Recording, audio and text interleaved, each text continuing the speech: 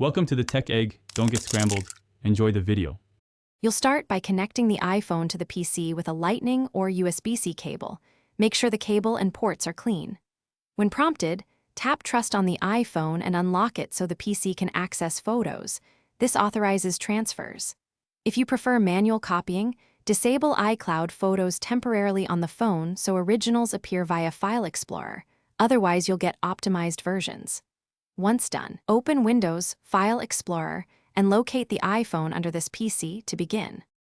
Now you import.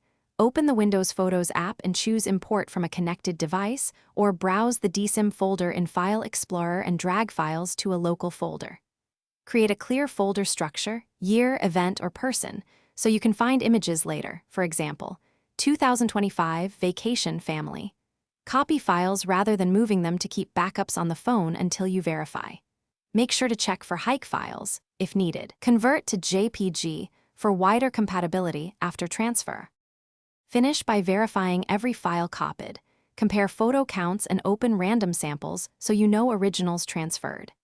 If you need wider compatibility, convert hike photos to JPG using the Photos app or a converter. This preserves access on more apps. If something fails, troubleshoot.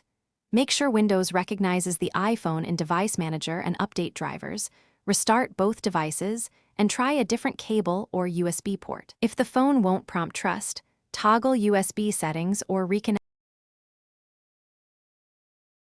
Thanks for watching. Consider subscribing if I helped unscramble your problems.